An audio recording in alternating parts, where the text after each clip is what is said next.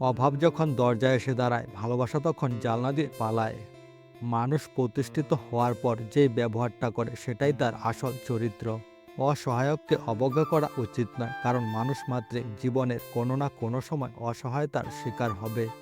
দেশের জনসংখ্যা বাড়লেও বাড়েনি মানুষ, বেড়েছে মানুষরূপী মুখোশ। কাউকে সারা জীবন কাছে পেতে চাও, তাহলে প্রেম দিয়ে নয়, বন্ধুত্ব দিয়ে আগলে রাখো, কারণ প্রেম একদিন হারিয়ে যাবে, কিন্তু বন্ধুত্ব কোনোদিন হারায় না। এই পৃথিবী কখনো খারাপ মানুষের খারাপ কর্মের জন্য ধ্বংস হবে না। যারা খারাপ মানুষের খারাপ কর্ম দেখেও কিছু করে না, তাদের জন্য পৃথিবী ধ্বংস হবে।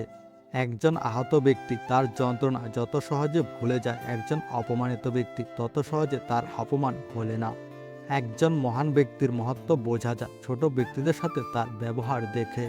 কারো ভুল হয়তো সংশোধন করা যায়, কিন্তু কারো স্বভাব পরিবর্তন করা যায় না। তাই কারো স্বভাব পরিবর্তন করতে গিয়ে নিজের আত্মসম্মান বিসর্জন দিও না।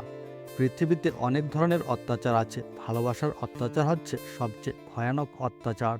কথাবার্তায় ক্রোধের পরিমাণ খাবারের লবণের মতো হওয়া উচিত, পরিমিত হলে রুচিকর, অপরিমিত হলে ক্ষতিকর।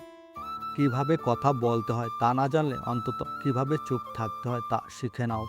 কে আমাদের ১০০ বার রসগোল্লা খাইয়েছিল তা আমরা ভুলে যাই, কিন্তু কে কবে একবার কান মুচড়ে দিয়েছিল তা আমরা মনে রাখি। গরিব খোঁজে খাদ্য আর ধনী খোঁজে খিদে। গোপন কথা তোমার গোলাম ফাঁস করে দিলে তুমি তার গোলাম। জন্মদিনে এত উল্লাসিত হবার কিছুই নেই, মনে রেখো তুমি মৃত্যুর দিকে আরো এক ধাপ এগিয়ে গেলে।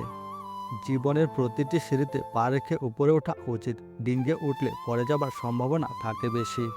বাস্তবতা এতই কঠিন যে কখনো কখনো বুকের ভিতর গড়ে তোলা বিন্দু বিন্দু ভালোবাসা অসহায় হয়ে পড়ে। নদীতে স্রোত আছে তাই নদী বেগবান, জীবনের দ্বন্দ্ব আছে তাই জীবন বৈচিত্র্যময়। নিজ লোকের প্রধান হাতিয়ার হচ্ছে অশ্লীল বাক্য। প্রত্যেককে বিশ্বাস করা বিপজ্জনক, কিন্তু কাউকে বিশ্বাস না করা আরও বেশি বিপজ্জনক। অপমান হলো একটি তীর, যতই ভুলতে চাইবে ততই হৃদয়ের গভীরে বিদ্ধ হবে। যদি তুমি মানুষকে বিচার করতে যাও তাহলে ভালোবাসার সময় পাবে না। ক্ষমাই যদি করতে না পারো তবে তাকে ভালোবাসো কেন? শিয়ালের মতো ১০০ বছর জীবন ধারণ করার চাইতে সিংহের মতো একদিন বাঁচাও ভালো। সব লোকের ঘাড়েই মাথা আছে, কিন্তু মস্তিষ্ক আছে কিনা সেটাই প্রশ্ন। হ্যাঁ এবং না কথা দুটো সবচেয়ে পুরনো এবং সবচেয়ে ছোট, কিন্তু এই কথা দুটো বলতে সবচেয়ে বেশি ভাবতে হয়।